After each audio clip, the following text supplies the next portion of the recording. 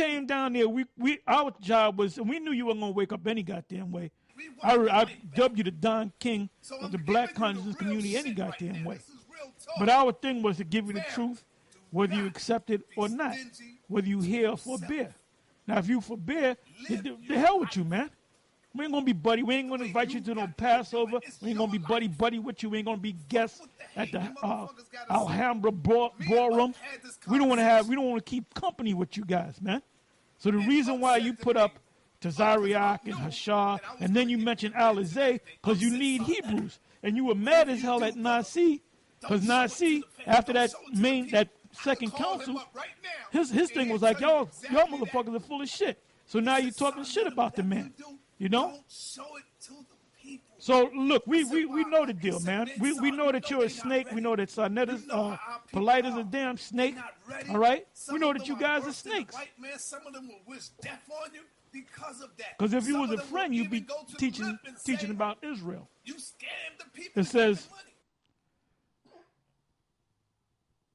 It says to understand a proverb, an interpretation, to break scriptures down. That's why I keep throwing in your face, Alizé. And anytime you come up on the comment board, I'm going to ask you that question over and over again. And that's just one question. What's the breakdown of 2nd Ezra, the 12th chapter and the 28th verse? I could have said any verse. I'm not telling you to break down the whole chapter. I'm just telling you to break down one goddamn verse. The fear of Yahweh is the beginning of knowledge, but fools despise wisdom and instruction. You saw what happened in the last couple of months, right before the Passover. And this year, a lot of guys either fell off or got kicked out. This right before weeks, because I said it was a month before the Passover. I said, damn, ain't nobody going to fall off. And sure enough, about 2 weeks in, guys started falling off, started going off, you know. And we wasn't going to play a game. We were going to help you. We said, look, man, I already see you got a demon on you, so you can get the hell out of here, man. And when I told you, Mac 10, that you was out 6 months, I knew you was going to react that way, man. So in essence, I really kicked you out because I knew you was going to react that way, man. Because you're not a man of wisdom, man. You're a damn demon. You know, you're a goddamn demon, man. You're not a man of character, man. It says the words of the wise and their dark sayings. What are the dark sayings? The different breakdowns. Alizé, you didn't know nothing about Revelation 1, 2, 3, 4, all the way up to 22. You didn't know nothing about Daniel. You didn't know nothing about Ezekiel. You didn't know nothing about nothing when it came to the Bible. You didn't know how to write Hebrew. You didn't know how to do a goddamn thing until you watched the different videos and you said you were smart enough to know who the true men of the Most High was, man. But then when you got the information, you went on your own, and then you're going to tell us where we're going off on. Well, look, if you got the supreme information, then break down 2nd Ezra, the 12th chapter, and the 28th verse. Break that down.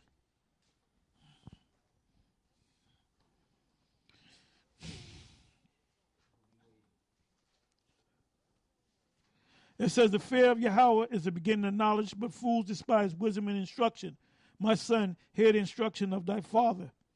And we are your fathers, your spiritual fathers. Not the heavenly father. We're fathers, like Timothy was the spiritual son of Paul. Well, we're your spiritual fathers. And it says, honor thy father and thy mother, that thy days be long upon the earth. And forsake not the law of thy mother. The law of thy mother. What's your mother? The scriptures. When you suck on the breast, that's the scriptures, man. But you have to have somebody teach you, pursuant to Acts 8 chapter, with Philip and the Ethiopian eunuch. It says, my son, if sinners entice thee, consent thou not. If they say, come with us, let us lay wait for blood, let us lurk privily for the innocent without cause. Let us shallow them up alive as the grave, and whole as those that go down into the pit. we shall find all precious substance, and we shall fill our houses with spoil. Well, that's what you did, man. You got all this information from the apostles, and now you thinking you the top, calling yourself chief high priest. You're a goddamn joke, man. You know what it says about a novice. See, Satan is all on you, man, but you don't even see it. It says, we shall find all precious, I read that, cast in thy lot among us, let us all have one purse. My son, walk not thou in the way with them, refrain thy foot from their path. And who are they talking about? Right now it's talking about Sarnetta, Polite, and them guys. You don't become, if them guys don't believe that the truth, then you don't have no dealings with them, man. You don't have no dealings with him. And that proves that Tazariak is young. He's a even Sarnetta said that. They were talking about how many years this guy been in Israel, and they said like 5-6 years. So they even know that he's a baby. And Yohana ain't helping you, man. Because Yohana is allowing you to do that because there's money at the end of the rainbow, so to speak. All Yohana is doing, he's reeling in that money. They really wanted us, Sarnetta. He really wanted GMS. GMS. Well, he said that he gave Nazi $1,000. Well, that's funny because when he wanted us in the debate, he came to me and he said, "I'll give you a donation of $1,500." Then I wouldn't say. I said, "Look, if you want to debate, you come out here, man." And that's where the true debates take place. Debates are impromptu. See, Esau goes to yell, "Okay, we're going to have a debate on this." No, a debate is an argument, man, and it's impromptu, man. Then you went down to the camp down the street where Ricard was speaking, and then you said, "Look, you up the ante." You said, "Well, I'll give you guys $2,000." So really, if Nasi only got $1,000, then they punked his ass. What did they say? They punked his ass, you know. They know. Because the first thing I thought about when he said 1,500, I said, if a nigga gonna give me 1,500, how much he gonna make? That means he gonna make 15,000 at least. Then he went to 2,000. That means he gonna make 20,000. And some of them debates, some guys make upwards of $80,000. They got vendors all up in there, man. They got people coming up in there paying to go see it live. Then they got the pay-per-view. Then they got the DVDs, you know. And then the last major debate with the Hebrews, he put it on YouTube and charged people. He sold the DVDs, right? Sold them out. Then I think the next week he put it on YouTube for $1.49. And then a couple of people said, "Well, look, man, I just paid for the DVD. And I paid $15 or $20. And here you put it up a week later. That's bullshit." But that's all right, son. That's all right. You know?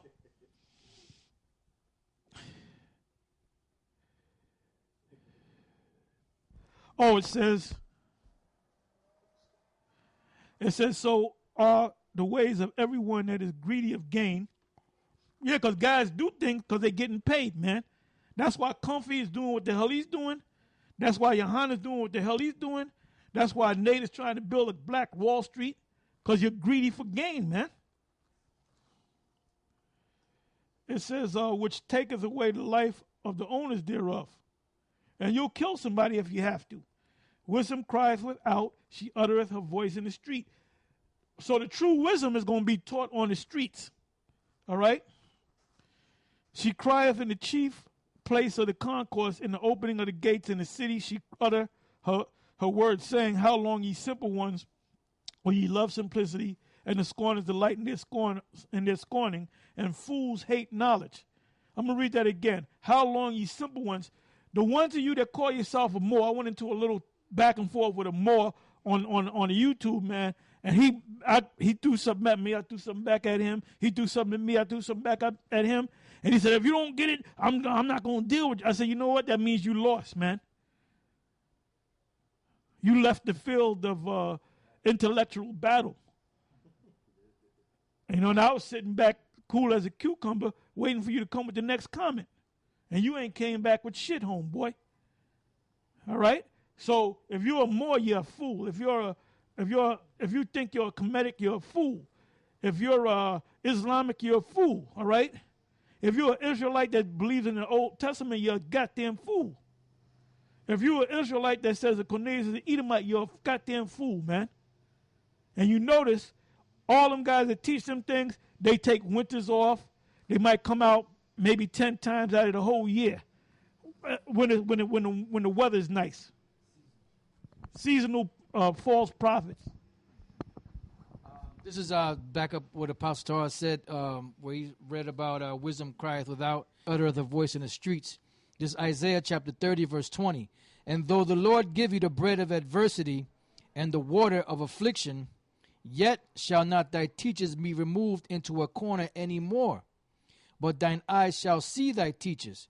So if you taking winters off, then that means the people are not going to see their teachers. Why? Because you're not out there for the people to see. You're supposed to be out there in the corners, on the streets, in the broadways, in the hedges. It says, and thine ears shall hear a word behind thee, saying, this is the way. Why? Because the majority of the world is out of the way, out of course. They're not walking the right path. It says, walk ye in it when you turn to the right hand and when you turn to the left, meaning that these teachers are going to show you the right way to go. Why? Because the world right now pretty much is in darkness. But then when the Lord wakes you up through the teachers that he set up, which are the apostles of Great Millstone and the men of Great Millstone, then you start to your spiritual eye is open up. Your spiritual mind is open up, and you start seeing things that you never saw before. And it's like a great light. Like a great candle of understanding opened up or turned on in your mind, and you really start seeing things for what they really are. Just like that movie They Live. See, these devils, they make these movies, and they give you like certain examples of what the scriptures are really saying. Because basically in that movie, everybody was blinded to what was going on. But then when you put on these pair of shades, you were able to see everything for what it really was. And really that was the understanding of your mind being opened up through the scriptures on what's really happening, what's really going on, what's the bottom line, who these people are that are ruling. Like the Rothschilds, Rockefellers, so on and so forth. Why things are happening the way they are. The truth that the Lord, the Heavenly Father, Yahweh, is a black man. His son, Yahweh Shai, who the world ignorantly calls Jesus, is a black man. The angels are black men, who the Israelites really are, the 12 tribes. You start learning stuff like that, and then you keep learning, and then you keep being awakened, so to speak.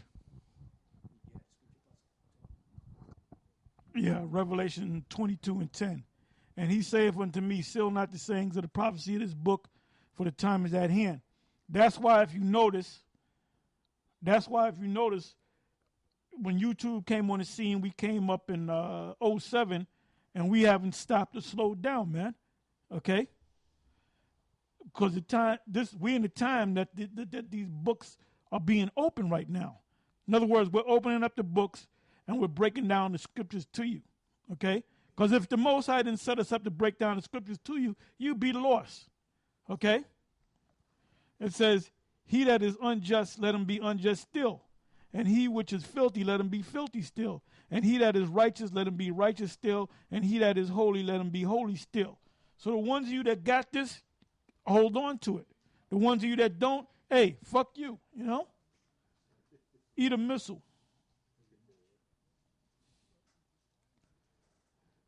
At 12, and I beheld, I come quick, and behold, I come quickly, and my reward is with me to give every man according to his work. According to his work. I'll read that again. And behold, I come quickly, and my reward with me to give every man according to his work shall be. There's a show come on called what was it called? The Undercover Boss. I don't know if y'all ever watched it, but it's a damn good series. When I get a chance, I watch it. There's always some Edomite. He's like the CEO of a big company, right? But he'll dress up like he'll put a fake wig on, and he'll look like a hippie or something, and he'll go to the job on like the factory level, the lower management level, and he'll work among the different people, right? And there's some of them people he'll working with him, and he'll work with one guy, and they'll say, look, man, you don't have to do it that way. Do it this way, man. Look, we're going to go over there. We're going to lie. So he knows this guy's bullshitting, right? So he assesses him, right? Then it might be the nigga woman, right? She got 2 kids. Her husband died in the war, some shit like that. But she's a hard worker. And he's like saying, well, no, she's she's trying to take care of her kids. She wanted to send her kids to school, you know? Then it might be a Jake. There was one with this simple ass Jake. They said, I think his woman left him, and he raised up his son on his own. He played football, and his dream is to go to the Super Bowl with his son, but he can't afford it. And so at the end of the thing, the boss would go, well, look, he would say to one guy, look, you're fired. You can get out of here, man. We firing you. And then he'll say to the ones that are really doing the right thing, he says, you know what? You said you wanted to go to the Super Bowl. You know, we got tickets for you to go to the Super Bowl. I'm gonna give you a raise, and I'm gonna move you out of that fucking house and give you a better house. You know, that bosses that gave $100,000 to people, man, because of their story, man, or how they changed their life around. So basically, that's the same principle of the scriptures. The guys that are out there, you know, in the cut, the grunts out there, that's what the Most High is looking for, man. He's looking for the grunts. Because any company, the backbone to the company is those little small laborers, man. If it wasn't for them, man, you would have no company, man. You know? So it's the same thing with these scriptures, man. The Most High said what? He said, let me read again. Revelation 22:12. And behold, I come quickly, and my reward is with me, to give every man according to his work shall be. So if you're a guy that comes out 5 days out of the year, you ain't gonna get no big reward, man. The guy that's out there running and gunning, so to speak, the guy that's out there doing that work, putting work in, going above and beyond the call of duty, you're going to get a major reward, man. And there's some of you that's going to sit on thrones, man. It tells you in Matthew that matter of fact, I'm going to get that. Hold up. This is the book of 2nd Ezra, chapter 9, verse 7. And every one that shall be saved and shall be able to escape by his works and by faith whereby you have believed. So basically it's by the works. You know, I mean, even though it's of grace and of faith, but if you have faith, you know, you're going to do the works. You know, so it says, and every one that shall be saved and shall be able to escape by his works and by faith whereby you have believed. You know, and another one is 2nd Ezra chapter 8, verse 33. For the just which have many good works laid up with thee shall out of their own deeds receive reward. You know, so that reward is deliverance. Matthew 19:27. Then answered Peter and said unto him, Yahushua, behold, we have forsaken all and followed thee. What shall we have thereof, or therefore? And Yahushua said unto them, verily I say unto you, that ye which have followed me in the regeneration, when the Son of Man shall sit in the throne of his glory, meaning the kingdom of heaven, ye also shall sit upon 12 thrones, judging the 12 tribes of Israel. So we're going to judge, we're going to tell the other Israelites what to do. The ones that it starts with the 12, then it goes into the 144,000. So there's levels to this thing. There's always levels to this thing, man. The ones of us that did the work on this side, man, we're going to get a great reward in the kingdom, man. It says, and everyone that hath forsaken houses, or brother, or sister, or father, or mother, or wife, or children, or lands, for my name's sake, shall receive 100-fold, and shall inherit everlasting life. And that literally means living forever, not for no 1,000 years. Right. But many that are first shall be last, and the last shall be first. Because Lahab was in this before me. Yeshai was in this before me.